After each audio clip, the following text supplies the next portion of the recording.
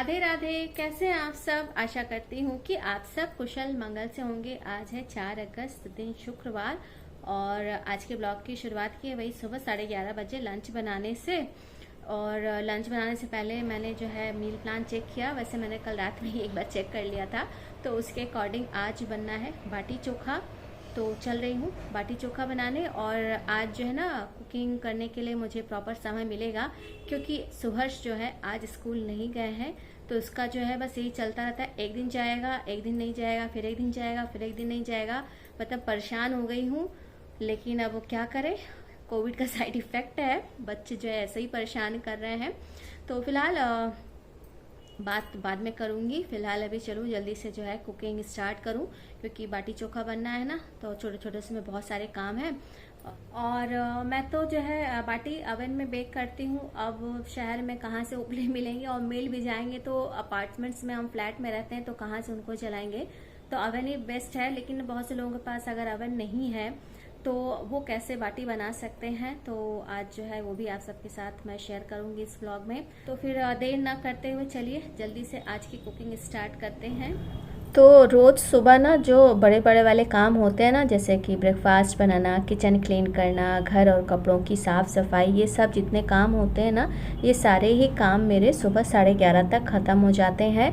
बस केवल बचा रह जाता है तो दिन का एक सबसे बड़ा काम लंच बनाने का। तो बस उसका जो है बनाने का रोज़ यही टाइम होता है 11:30। हालांकि मैं सोच रही हूँ कि थोड़ा और अर्ली बनाना शुरू करूँ, क्योंकि ना कुकिंग के साथ ही साथ शूट जब करना होता है ना, तो थोड़ा सा समय ज़्यादा लग जाता है कुकिंग में। और इसकी वजह से ये होता है ना कि फिर लास्ट में जो है जल्दी जल्दी से काम करने पड़ जाते हैं। खैर अब देखती हूँ। फ़िलहाल अभी तो नहीं लग रहा है कि मैं इससे और जल्दी लंच बनाना शुरू कर पाऊँगी, क्योंकि मेरी जो मेड है वो आती है 10 बजे के बाद, तो पॉसिबल ही नहीं है अभी। तो फ़िलहाल कोशिश में लगी हूँ कि जल्दी आना वो शुरू करे। फ़िलहाल तो अभी आपसे बातें करते करते मेरे किचन के बहुत सारे काम हो गए। जैसे कि पहले मैंने सारे जो कुकिंग वाले बर्तन हैं उन्हें एक जगह पे इकट्ठा कर लिया। इसके बाद प्लेट में दाल चावल निकाल करके उन्हें चेक कर लिया। चेक करने के बाद अलग अलग बर्तनों में मैंने दाल चावल धुल लिया। और अब धुलने के बाद दाल में मैंने हल्दी, नमक और पानी डाल दिया है। दाल आज सादी बनानी है, इसलिए मैंने और कुछ नहीं डाला है। और अब बस दाल और चावल दोनों को अलग अलग चूल्हों पर मैं रख दूंगी पकने के लिए। तो अब जब तक दाल चावल पक रहा है ना, उतनी देर में अब मैं बैगन और टमाटर को भूनने की व्यवस्था करूँगी। तो अभी फ़िलहाल बैगन को मैंने बीच से पूरा आधा काट करके चेक कर लिया है कि इसमें कोई कीड़े ना हो।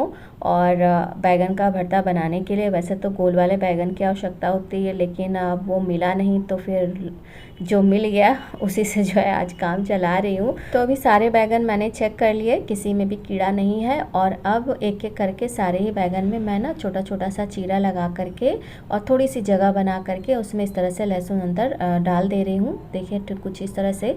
तो इसी तरह से मैंने सारे ही बैगनों में लहसुन जो है डाल दिया है। और अब इन्हें भूनना है। तो भूनने के लिए ना सबसे पहले मैंने अभी टमाटर रखा है और इन्हें तेज आंच पर अलटते पलटते हुए हमें भूनना है। और इधर जो दाल चावल रखा है पकने के लिए ना, ये भी पक गए हैं। तो अभी फ़िलहाल इन्हें मैंने गैस चूल्हे से हटा करके नीचे रख दिया है। और जब कुकर की सीटी बंद हो जाएगी तो दाल चेक कर लूँगी। और टमाटर भी इधर जो है भून गए हैं, तो इन्हें मैंने एक एक करके हटा दिया है। और एक ये टमाटर अभी ठीक से नहीं भुना था, तो इसे अभी मैंने बीच में ऐसे ही छोड़ दिया है। और अब किनारे किनारे जो है मैंने बैगन रख दिया है, तो इसे भी अलटते पलटते हुए मैं भून लूँगी।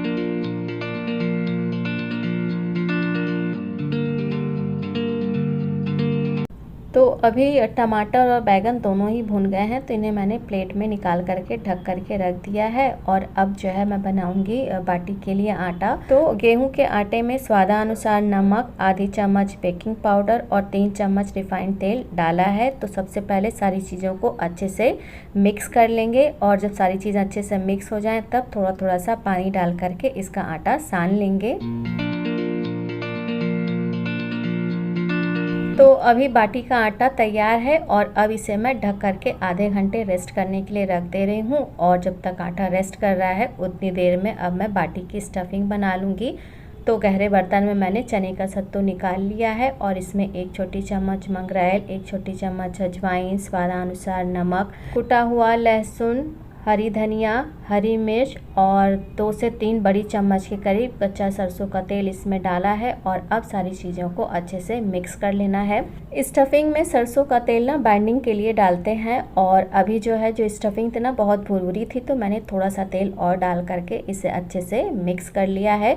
तो हमारी स्टफिंग तैयार है और जब जो है सारी चीज़ें मिला ली तो मुझे याद आया कि इस बार भी मैं जो है इसमें मिर्ची का अचार का मसाला और नींबू दोनों ही भूल गई हूँ, तो दोनों को ही मैंने बाद में डाल करके मिक्स किया। तो स्टफिंग बनाने के बाद ना अब मैं पहले बनाऊंगी भरता। तो बस अभी जो है भुना हुआ बैगन, टमाटर और उबली हुई आलू तीनों को ही छील लूँगी।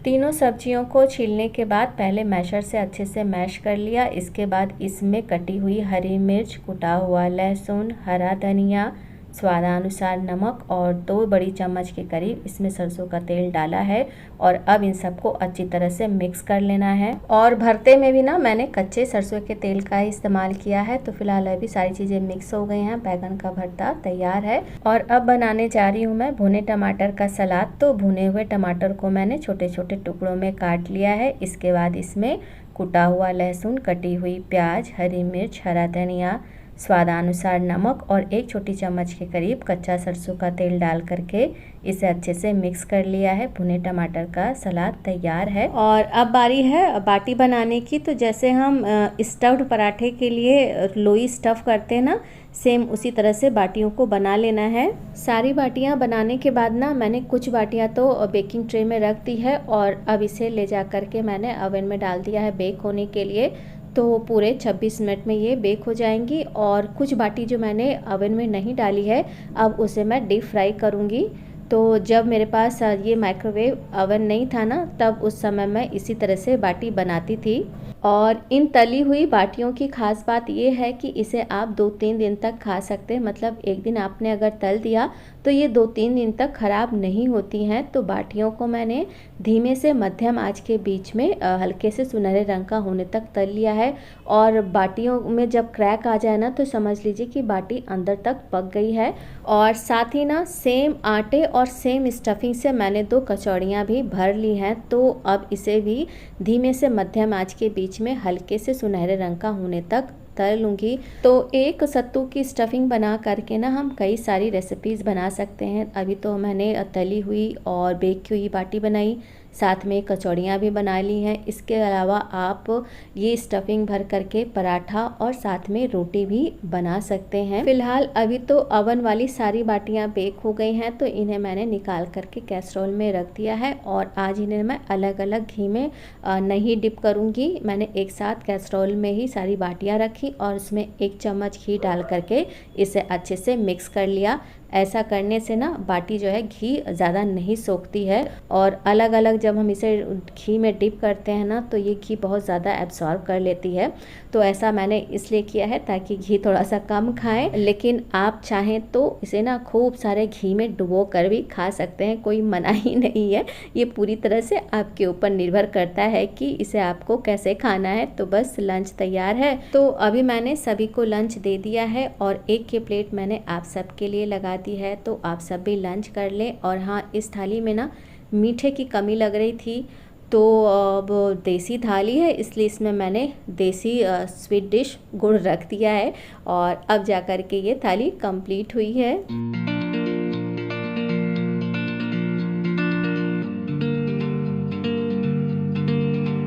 तो बस सभी ने लंच जब कर लिया तो किचन भी साफ़ सुथरा कर दिया। सारे जूठे बर्तनों को मशीन में लगा करके मशीन ऑन कर दी। और अब इस टाइम का जो सारा काम है वो हो गया है कंप्लीट।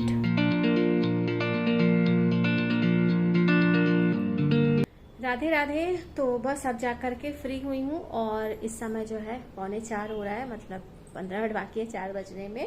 और अब आधे घंटे भी मेरे पास टाइम है 4:15 बजे तक का।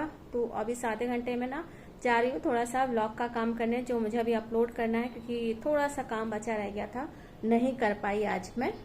कभी कभी आलस लग जाती है या कुछ एक्स्ट्रा घर के काम हो जाते हैं ना, तो जो ज़्यादा ज़रूरी होते हैं तो उनको करने में सब काम हो ही जाता है गड़बड़ सड़बड़। और मौसम जो है काफ़ी अच्छा हो रखा है। तो चलिए पहले बाहर का जो मौसम है आपको उसका दर्शन कराती हूँ। और अभी जो है कपड़े सब रखे हुए हैं, बस चेयर पे, कुछ तो फोल्ड करके बेड पे रखे हुए हैं। बच्चों को बोला कि हटा के रख ले, लेकिन बहुत बदमाश है, सुनते नहीं है बात। अभी डांटूंगी तब जो है सब रखेंगे। तो ये हाल चाल है। अभी लग रहा है झीसा झांसा बूंदी बांदी पड़े, लग रहा है अभी थोड़ी देर पहले बूंदा बांदी हुई है। तो आपको भी कैमरा बैक करके थोड़ा सा मौसम दिखा दूँ। तो इस समय ना चारों तरफ सिर्फ बादल ही बादल हैं, और जिस हिसाब से बादल है ना उस हिसाब से आज बारिश नहीं हुई है। कल तो अच्छी खासी बारिश हुई थी, लेकिन आज ना सुबह से बस थोड़ी थोड़ी सी बूंदाबांदी ही हुई है। लेकिन हाँ ये है कि मौसम थोड़ा सा अच्छा हो गया है, गर्मी से थोड़ी सी राहत मिल गई है, तो ये सबसे अच्छी बात है। तो बस आज का ब्लॉग यहीं पर एंड करूँगी, और उम्मीद करती हूँ कि आपको आज का जो लंच मेन्यू है फ्राइडे स्पेशल पसंद आया हो। और अगर पसंद आया हो तो प्लीज़ लाइक और चैनल को सब्सक्राइब करना ना भूलिएगा। मिलते हैं अगले ब्लॉग में, तब तक के लिए जय श्री कृष्णा।